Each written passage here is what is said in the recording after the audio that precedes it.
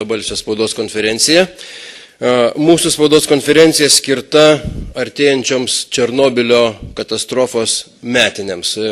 Šį savaitgalį paminėsime 29-asias Černobylio katastrofos metinės. Tai, kaip žinote, viena didžiausių pasaulyje branduolinių katastrofų, kurios pasekmes mes jaučiame ir dabar. Atominę energetiką mes vadiname 20-ojo amžiaus zombiais, nes padariniai, kuriuos atominės katastrofos, branduolinė energetika apskritai gali sukelti, yra tikrai katastrofiški. Mes, Lietuvos Žaliųjų partija, jau trečią kartą rengiame savo tradicinę zombių akciją, kuri vyks šį sekmadienį, Kudirkos aikštėje 14 valandą, sekmadienį Kudirkos aikštėje 14 valandą. Šiandien vienas iš zombių jau atėjęs ir pas mus į spaudos konferenciją, kaip ženklas, kaip simbolis, kad mes negalime pamiršti tos situacijos, tos katastrofos ir tų padarinių. Lietuvoje yra įvykęs referendumas 12 metais, žmonės kartu su Seimo rinkimais labai aiškiai, visiškai vienaprasmiškai ir vienareikšmiškai pasisakė prieš atominę energetiką Lietuvoje. Aš pabrėšiu, ne prieš konkretų Hitachi projektą, ne prieš konkrečią gamyklą ar konkretų reaktoriaus tipą, nes klausimas buvo suformuluotas žmonėms, pritariu naujos atominės elektrinės statybai Lietuvoje ir buvo atsakymas nepritariu. Tai yra, mes tai traktuojame kaip žmonių priešiškumo, žmonių nuomonę, bet kokiai branduoliniai energetikai mūsų šalyje. Aš manau, kad tai yra labai geras žmonių sprendimas, tik tai dėja su apmaudu tenka konstatuoti, kad Lietuvos valdžia ir politinės partijos, nors ir būdamos skirtingų ideologijų, šiuo klausimu didžiosios politinės partijos laikosi pozicijos nieko nedaryti ir neįgyvendinti žmonių valios pareikštos referendume. Tai yra apgailėtina, nes tai daro reputacinę žalą Lietuvai, man daug tenka bendrauti, važinėti po Europos kitas šalis, po kaimyninės mūsų šalis, tai visur žmonės, kolegos, politikai, nesuprasdami klausia, tai kam jūs darėte referendumą, jeigu nevykdot jo rezultatų. Įvairūs aiškinimai esą klausimas buvo formuluojamas pritarė atominės energetikos statybai, žmonės pasakė ne, tai yra nepritarta keltam klausimui, tai kai kurie teisiniai nihilistai tai traktuoja, esą tai ir nėra ką vykdyti, nes žmonės nepritarė. Tai yra teisinis nihilizmas, ne vienas teisės profesorius tai yra paneigęs ir aš manau, kad jeigu žmonių klausime ir jie pasako savo nuomonę, tai privalome tą nuomonę ir vykdyti ir nespekuliuoti, ar čia buvo privalomasis referendumas, ar čia buvo patariamasis referendumas, koks skirtumas. Jeigu politikas paklausia žmonių valios, žmonės tą valią pareiškia, reiškia ją privalu vykdyti. Taip ir atsitikę Austrijoje, Austrai buvo pasistatę atominę elektrinę, pasistatę naują atominę elektrinę, įvyko žmonių referendumas, žmonės pasakė ne, Austrija tos elektrinės niekada nepaleido, ten dabar yra muziejus. Tai vat linkiu, kad ir Lietuvoje atominė energetika taptų muziejinė vertybė su tam tikrais zombiškais paaiškinimais, o visi tie, kurie ir mokslininkai praeito amžiaus, ir politikai, kurie apsikrėtė šitą zombišką bacilą, galėtų, aš manau, tame muziejuje dirbti prižiūrėtojais ir būtų tikrai naudingi visuomeniai. Kalbėdami apie Černobylį, turbūt galima daug kalbėti apie tas pasekmes, kurios ir Lietuvos černobiliečių judėjimas yra ir ne vienas, yra daugybė žmonių pažeistų, daugybė žmonių, kurie buvo per jėgą išvežti kartu su sovietinė armija, kaip rekrūtai vykdyti gelbėjimo darbų.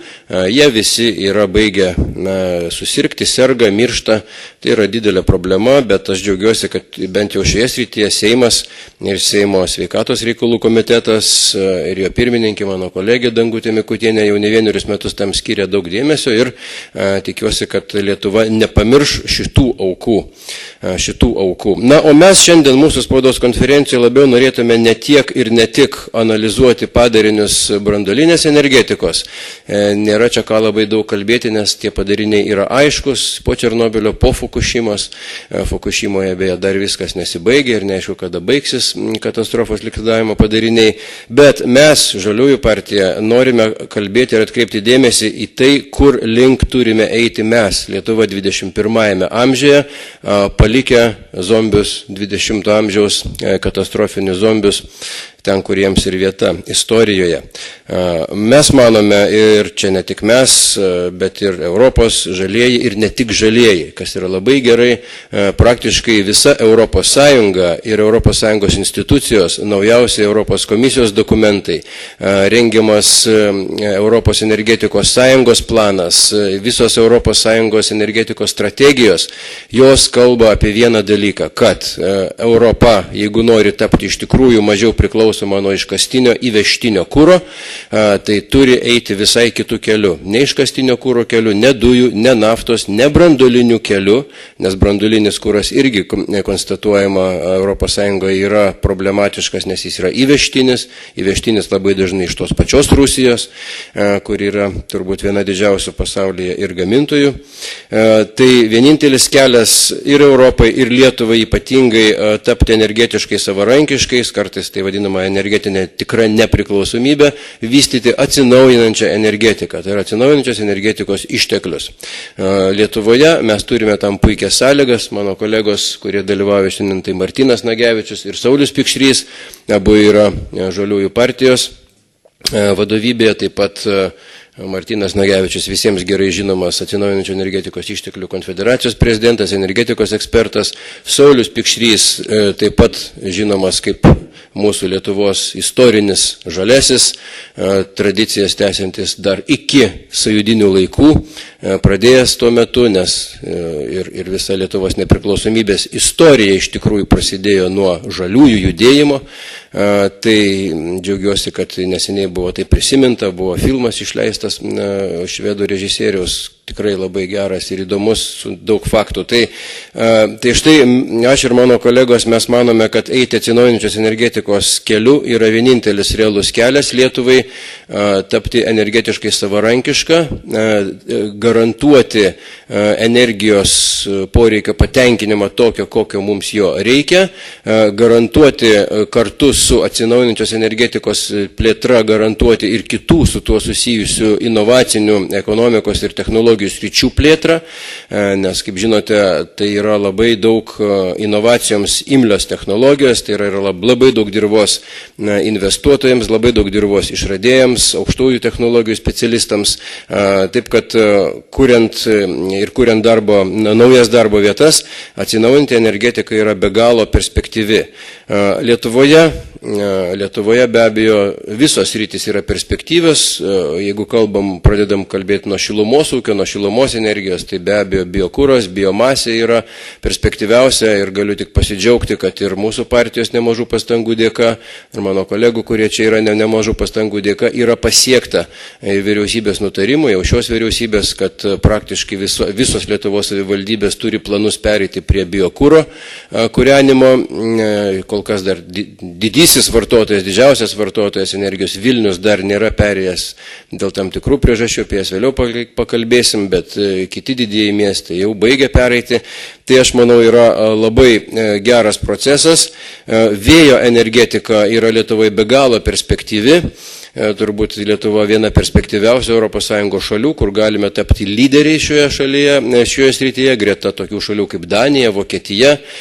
Ta proga noriu pasakyti, kad kartu su kolegomis Birutė Vėsaitė ir Remigijum Žemaitaičiu esame pateikę atsinaujinančių energetikos išteklių įstatymo pataisą, siūlydami padidinti dabar nustatytą vėjo energetikos kvotą, gerokai padidinti, nes yra didžiulis potencialas ir noras investuotojų noras. Taip pat galbūt šio įstatymo pataisomis pamodifikuosime subsidijavimo būdą, ne tiek per tarifą, bet per investicijas, kaip jau padaryta su biokuro technologijomis. Taip kad šitos rytis yra perspektyvios naujojoje energetikos strategijoje, kurios vis niekaip nesulaukėme, kad vyriausybė parengtų po atominiam periode, turėtų būti didžiulis prioritetas ir pagrindinis dėmesys skirtas būtent atsinaujinančios energetikos plėtrai. Ne terminalui suskystintų gamtinių dujų, ne iškastiniam kurui, o būtent šitai sričiai, nes tik šitas sritis yra perspektyvi ir gali mums suteikti tiek naujų darbo vietų, tiek pritraukti ilgalaikių, gerai atsiperkančių per ilgesnį laiką investicijų ir paliekančių labai gerą pridedamąją vertę mūsų žmonėms. Aš norėčiau suteikti žodį Martynui Nagevičiui, kad Martynas plačiau papasakotų apie tas perspektyvas, kodėl Lietuva yra tikrai viena palankiausių šalių plėtoti atsinaujinančią energetiką ir kokios jūsų manymai yra realiausios perspektyvos ir pirmiausios problemos, kurias mums reikia spręsti politiniam lygmenį. Gal pradėsim nuo dabartinės situacijos. Lietuvoje su atsinaujinančia energetika iš tikrųjų šiemet yra, sakykime, vienas toksai tarpinė riba labai tokia reikšminga pereita. Reiškia, kad centralizuotam šilumos tiekimo sektoriuje jau atsinaujinanti energetika, tai visų pirma biokūras, pirmą kartą viršė 50% viso kūro balansą. Tai prasme, jau daugiau gaminama Lietuvoje iš atsinaujinančios energetikos šitame sektoriuje negu kad iš dujų. Tai čia toks pirma mūsų šventė, tarpinis rezultatas. Kitos dvi šventės ateis ko gero artimiausiais metais arba 1-2 metų laikotarpį. Tai vienas toksai yra, reiškia, riba, kai atsinaujinančios energijos kiekis Lietuvoje viršys gamtinių dujų kiekį, tai čia bus arba šiemet, arba kitais metais. Tai irgi toks labai simbolinis slengstis peržengtas. Ir dar vienas slengstis, kuris irgi artimiausiai poros metų laikotarpį bus peržengtas, tai elektros gamybos srityje iš atsinaujinančių išteklių bus pagaminta daugiau nei pusė visos pagamintos Lietuvoje elektros. Tai čia irgi toks, sakykime, simboliškai labai. Aišku, mes daug importuojame, bet kalbant apie gamybą, būtent taip ir yra. Dabar, kalbant apie tolimesnės perspektyvas, tai čia turbūt mes jau čia 2-3 metus aiškinam, kokios čia yra tos perspektyvos, nes kad Lietuva yra viena geriausių vietų Europos Sąjungoje iš viso investuoti į tą atsinaujinančią energetiką, nes ir pagal gamtinės išteklius, mes, sakykime, pagal mūsų miškų plotus, pagal biokūro potencialą mes nesam pirmi, atsiliekam truputėlį nuo Latvijos, Estų, sakykime, bet jeigu pagal šiaudų, sakykime, potencialą mes vėlgi nesam pirmi, mes atsiliekam nuo rumunų ir bulgarų, aš kalbu vienam žmogui arba vienai gigavatvalandai energijos suvartotai. Jeigu kalbam apie vėjo potencialą, mes vėlgi nesam pirmi, mes truputėlį atsiliekam nuo Danijos, tokios, jeigu pagal biodujų potencialą vėlgi nesam pirmi, truputėlį atsiliekam nuo kelių šalių. Bet jeigu skaičiuot pagal daugiakovės principą, reiškia visų, tai mes esam vieni iš lyderių, nes mes visur laikomės labai gerai. Ir čia 2-3 metus mes tai išnekėjom ir dabar mes turime labai gerą pagrindimą, kad tai nėra vien tik tai mūsų nuomonė, nes kaip tik šiemet Europos komisija išviešino studiją, kuri vadinama Employment and Growth Effect of Sustainable Energies in the European Union. Tai yra darnios energetikos Europos Sąjungoje įtaka bedarbystės, užimtumui ir augimui. Šitą studija buvo parengta 5 stambių konsultacinių įmonių, dirbančių ekonomikos ir energetikos srityje. Jie gali bet kas rasti Europos komisijos tinklapyje dabar nesunkiai. Ir toje studijoje yra, reiškia, įvertinta, kokią ekonominę naudą arba nenaudą duoda atsinaujinanti energetika Europos Sąjungai. Ten buvo nagrinėti įvairiausi variantai, įvairiausi scenarijai, kurie atitinka tą Roadmap 2050 scenarius Europos Sąjungos patvirtintus dar prieš porą metų. Ir buvo įvertinta, kad dėl tai buvo įvertinti ir tokie neigiami faktoriai, kaip sakykime, kad atsinaujinanti energetikos vystymas, greitas vystymas tam tikrais atvejais sukelia kainas energijos vartotojai daugiau išleidžia energijai, mažiau jiems lieka kitom reikšmėm, reiškia, tai dėl to BVP, sakykime, mažėja, įtaka konkurencingumo problemom visom dėl energijos kainų augimo, įtaka tradicinės energetikos pramoniai, reiškia, kurie netenka, ten turi atleisti darbuotojus, netenka apyvartų ir taip toliau. Visą tai yra įvertinta ir įvertintos teigiamos pasiekmes. Tai reiškia, tie teigiami faktoriai, tai yra būtent didesnės pajamos žmonių ir įmonių dirbančių atsinaujinančios energetikos srityje, investuojančių atsinaujinančią energetiką, tai yra įtaka didmeninės energijos kainų sumažėjimui, tai yra įtaka technologijų eksporto padidėjimui, žalių technologijų būtent ir kita. Čia atkreipkite dėmesį, čia nėra nagrinėtos visos tos klimato kaitos kaštai. Čia buvo naudota grinai ta tradicinis vertinimas. Ir pagal šitos vertinimus ES šalis 2030 metais eidami to žingsniu, reiškia, gauna papildomai iš to naudos apie 120 milijardų eurų visos ES. O 2050 metais papildomai gauna 150 milijardų eurų per metus, 150-160 milijardų eurų per metus. Tai čia yra papildoma įtaka teigiama BVP, vertinant visas neigiamas ir teigiamas pasiekmes. Tai yra, bendras yra pliusas. Ir dabar, kas yra įdomiausia, reiškia, yra išskirstyta, kaip ta nauda pasiskirsto tarp skirtingų ES šalių, reiškia 28 ES šalių. Ir mes dažnai čia girdime tokius, pavyzdžiui, nuomonės, kad atsinaujinanti energetika yra naudinga tik tai, pavyzdžiui, Vokietijai, nes jie gamina daugiausia technologijų, o Lietuvai tas neapsimoka. Taigi, tai buvo padarytas vertinimas pagal tai ir kokią įtaką BVP daro atsinaujinanti energetika skirtingom šalim ir atspėkit, kas pirmoje vietoje. Tai yra Lietuva. Tai reiškia, Lietuvos ekonomikai atsinaujinančios energetikos plėtra duoda didžiausią naudą vertinant jos BVP augimą. Kodėl taip išėjo? Tai visų pirma dėl to, kad Lietuvoje nėra tradicinės tos energetikos, nėra iškastinių išteklių gavybos, nėra tų, kas kažką tai praranda. Tai yra dėl to, kad mes labai daug importuojam išteklių, lyginant su kitom ES šalim iš kitų šalių. Praktiškai labai didelė dalis yra mūsų pinigų dabar išeina į kitas šalis, tame tarpe ir į šalis, kurios nėra ES, tai Rusijai.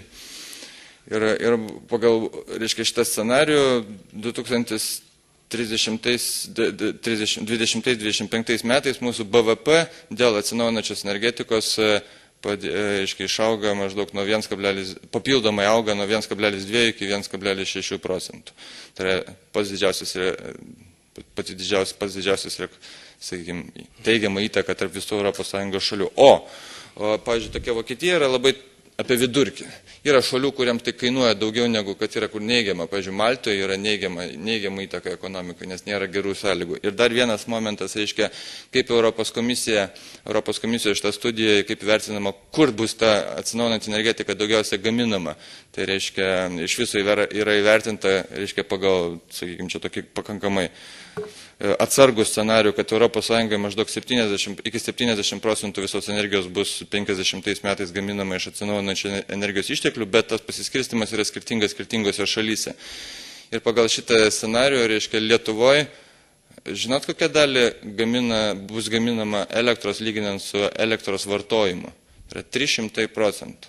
Tai reiškia, Lietuva pagamins trigubai daugiau žalios elektros iš atsinaujinančių energijos išteklių, negu kad Lietuvai reikia. Tai reiškia, Lietuvai yra prognozuojamas, Europos komisijos studija prognozuoja vienas iš didžiausių elektros eksportuotojų, žalios elektros eksportuotojų vaidmenį. Čia turbūt, Martynai, būtų geriausias atsakymas tiems, kurie sako, ne, tai štai Lietuvai reikėtų atominės elektrinės, kuri būtų galinga, daug generuotų elektros energijos pastovi ir mes tada galėtume būti eksportuojančia šalimi. Tai štai čia yra labai geras atsakymas, kad galima tapti švarios, žalios energetikos eksportuojančia šalimi ir iš tikrųjų turėti dar ir nemažos finansinės naudos. Aš manau, gal, kol pasakysim, perskaitysiu klausimą, gal Sauliui Pikšriui suteiksim žodį, jis yra Vėjo energetikos asociacijos atstovas, profesionalas Sauliau, vėjo perspektyvos trumpai Lietuvoje, kokios yra ir ką čia reiktų nuveikti daugiau? Gal pradėsiu nuo to, ką Linas užsiminė, kad prieš 29 metus, taip grįžtant retrospektyviai, buvo bandomi išvežti jaunuoliai likviduoti, taip sakant, Černobylio pasekmių. Likvidavimo technologija buvo paprasta kaip 3 kapeikos, tiesiog turėjo žmonės sulopę tą betoną eit ant stogo virš reaktoriaus ir mesti jį. Aš irgi buvau bandomas ten paimti, bet ačiū Dievui, man pavyko tiesiog grubiai pabėgti. Kalbant porą žodžių apie atominę energetiką, tai, sakykime, 20 amžiaus maždaug 50-metį, kai prasidėjo, tai buvo pažangi technologija, tai buvo high-techas, tai buvo dedama daug vilčių, kad tai išspręs energetinės problemas. Deja, dabar pasižvalgius į praeitį, daugiau kaip 60 metų praėjo. Ir pasirodo, kad atominė energetika pastoviai lydima avarijų. Čia, ką mes žinom, Černobylis, Fukushima, Three Mile Island, tai yra tokios didelės avarijos, kurios nuskambėjo. Iš tikrųjų, pasaulyje atominės elektrinės jau yra apie 400 reaktorių, vyksta pastoviai, ko ne kiekvieną dieną per metus apie keletą šimtų avarijų, didesnių, mažesnių, kurios turi didesnės ar mažesnės pasiekmes. Ir ačiū Dievui, pasaulio bent jau vedančios valstybės susiprato ir pradeda atsisakinėti atominės energetikos. Deja, pas mus kažkaip tai politikai, vyriausybė kažkaip nežino, nemoka nuspręsti, nemoka atskirti, kas tai yra velnio išmislas ir kas yra Dievo dovana. Dievo dovana iš tikrųjų turiu galvoj atsinaujinančią energetiką ir kaip Martynas pateikė skaičius, tai gali išspręsti visą eilę problemų, ne tik aprūpinti šalį pigia, sakykime, saliginai pigia tiek elektros, tiek šiluminė energija, bet ir sukurti darbo vietos, įspręsti aplinkosauginės problemas, turėti tam tikrų gerybių socialiniai, ekonominiai srity. Kalbant apie vėjo energetiką, tai, sakykime, ką mes šiai dienai turim. Šiai dienai yra instaliuota apie 280 MW vėjo elektrinių. Jos per metus pagamina maždaug 6% elektros energijos nuo to, ką mes per metus sunaudojam. Ir pagal atsinaujinančių išteklių energetikos įstatymo uždavinius mes turim pakelti šitą galę iki 500, tai praktiškai yra įvykę, 280 yra instaliuota, dar apie 220 MW dabar yra statoma ir šių metų pabaigoje, kitų metų vidury bus visi 500. Tada mes gaminsim vien iš vėjo apie 14% šaliai reikalingos elektros energijos. Ir mes galvojam, kad yra pakankamai geros sąlygos, tinklo operatorius ir reguliatorius sutinka su tuo, kad jeigu pakelti iki 850 žemyniniai daly instaliuotą galę, tai galima būtų padaryti maždaug iki 2018-2019 metų ir tada būtų gaminama vien iš vėjo 1/4 reikalingos elektros energijos. Tai tuo pačiu ir tas šalies energetinis saugumas, apie kurį taip intensyviai politikai pastaruoju metu šneka. Lygiai taip pat mes galvojam, kad turėtų prasidėti vėjo energetikos plėtra Baltijos jūroje, kadangi visos valstybės, kuriuose vėjo energetika yra pakankamai išvystyta, praėjo tą pačią schemą, kad pirmiausiai užpildė tas vietas, kur yra įmanoma pastatyti vėjo elektrinę žemyniniai daly, tai yra Vokietija, Danija, Didžioji Britanija, Ispanija, tos valstybės, kuriuose vėjo energetika vystosi sparčiausiai. Toliau prasideda plėtra į jūrą. Jinai kainuoja šiek tiek brangiau, bet ten yra mažiau problemų, yra geresnės vėjo sąlygos, didesnis efektyvumas, galima statyti didesnio pajėgumo turbinas, didesnius parkus statant toli nuo kranto, tai turėtų nesikirsti su rekreaciniais interesais ir tokiu būdu pastačius, sakykime, didelį parką, tarp kitko yra įmonių suinteresuotų jau dabar dėti savo pinigus, investuoti į pradžią į tyrimus, paskiau jeigu tyrimai pasirodytų, kad tai vystyti galima, investuotų ir į pačias technologijas, ir į vėjo energetikos plėtrą Baltijos jūroje ir tokiu būdu pastačius keletą didelių parkų Baltijos jūroje ir 850 MW turint žemyniniai daly būtų galima padengti ko ne pusę reikalingo elektros energijos poreikio. Yra tam tikrų problemų, kaip antai rezervavimas ir balansavimas, taip vadinamas, apie ką gan intensyviai kalba tinklo operatorius, tai yra tiek Litgrid aidas, tiek lesto, bet tos problemos techniniam priemonėm yra sprendžiamos pakankamai efektyviai, dabar jau yra prognozės, yra tam tikri manevriniai pajėgumai, Lietuvoje mes jų turim, aišku, jie dabar naudojami komerciniais tikslais, bet galėtų politinės valios sprendimu būti nuspręsta, kad galėtų būti panaudoti ir vėjo energetikos galių sureguliavimui. Aišku. Ačiū. Sauliau, mūsų laikas jau eina į pabaigą, gal dar kolegos turės vieną kitą klausimą. Eglė iš Žinių radijo atsiuntė elektroninį klausimą, truputėlį daugiau informacijos apie mūsų zombių eisenos renginį sekmadienį. Tai informacija tokia ir yra, zombių eisena sekmadienį 14 val. Kudirkos aikštėje prie vyriausybės. Ne veltui prie vyriausybės, mes norime vyriausybei parodyti, pasakyti ir dar sykį, nors ir tai bus sekmadienis, atkreipti dėmesį, kad atsikvošėtų, atsitokėtų, nebūtų zombiai atominiai, gerbtų žmonių valią ir galų gale viešai ir atvirai pareikštų, kad Lietuva yra nebrandolinė valstybė, kad atominė energetika mūsų šalyje neperspektyvi ir mes tą norime labai priminti. Ten bus daugiau zombių, ne vienas šitas, kuris šiandien pas mus svečiuojasi spaudos konferencijoje. Mes tiesiog kviesime ir žmonės, kurie tuo metu bus toje gatvėje, toje vietoje padiskutuoti, pakalbėti, tiesiog atkreipti dėmesį į tą problematiką, kad Lietuva iš tikrųjų turi aiškų kelią, perspektyvų kelią, neiškastinio kuro kelią, kuris gali pakelti ekonomiką, kelią, kuris gali kurti naujas darbo vietas. Tai kodėl mums to keliu neiti? Kodėl vis dar atsiranda politikų ir gana įtakingų politikų Lietuvoje, kurie pasiduoda tiek branduolinio lobizmo įtakai, tiek iškastinio kuro, naftos ir dujų pramonės lobizmui ir priima sprendimus, kurie iš tikrųjų Lietuvą arba stumia į pavojų, kaip branduolinės jėgainės atveju ir į pavojų ne tik tai galimos katastrofos atveju, bet į pavojų, kuris mus dar labiau pririštų prie Rusijos energetikos sistemos. Jeigu statytume tokią galingą elektrinę, kaip konservatorių vyriausybė buvo nusprendusi, 1350 MW, tai mes be Rusijos elektros žiedo niekaip jį veikti negalėtų, o jeigu norėtume iš Rusijos žiedo pereiti prie Vakarų Europos elektros žiedo, tai Vakarų Europos su tokio galingumo atominio reaktoriumi mūsų tiesiog nepriimtų, nes mes neįvykdytume vienos svarbios sąlygos, 3 Baltijos šalis turi įrodyti, kad gali pačios save palaikyti savo elektros žiedo stabilumo, Baltijos šalių, o mes pačios 3 negalime garantuoti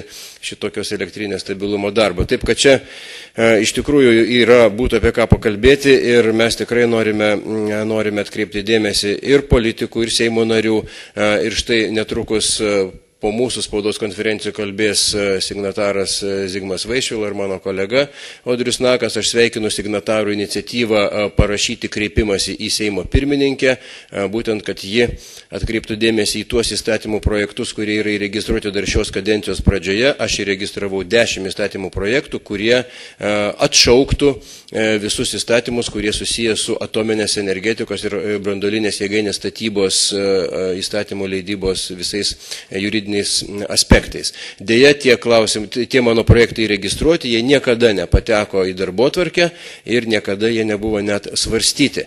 Tai tas kreipimasis signatarų, ir kurį aš pasirašiau ir kiti kolegos tikiuosi pasirašys, galbūt padės mūsų Seimo vadovybei truputėlį sukrusti ir iš tikrųjų atviriau pradėti kalbėti, ko Lietuvai iš tikrųjų reikia, kas Lietuvai iš tikrųjų naudinga ir koks kelias yra tikras. Kolegos, dar turim minutę, gal turit kokį klausimą, kurį galim greit atsakyti. Neturit. Tai tada, Martynai, dar paskutinis žodis ir jau baigiam. Aš vieną tik tai sakinį. Iš tikrųjų, žiūrint į tai, kas vyksta visam pasaulyje, energetikos srityje ir Europos Sąjungai konkrečiai, Lietuvai kritiškiausias laikotarpis yra artimiausiai maždaug 4-5 metai. Nes po 4-5 metų niekas Lietuvoje sveiko proto žmogus, nei vienas negalvos, kad atominė energetika yra geras sprendimas Lietuvai. Tiesiog tai bus per daug akivaizdu. Ir, sakykime, už atominę energetiką pasisakys nebent tie, kurie yra tiesiogiai finansiškai su tos interesuoti. O tokių Lietuvoje tikrai nėra daug. Tai tie 4-5 metai šiuo atveju yra labai svarbus artimiausi. Tai kągi, ačiū kolegos, gerbiami politikai, nebūkim zombiai, būkim Lietuvos piliečiai.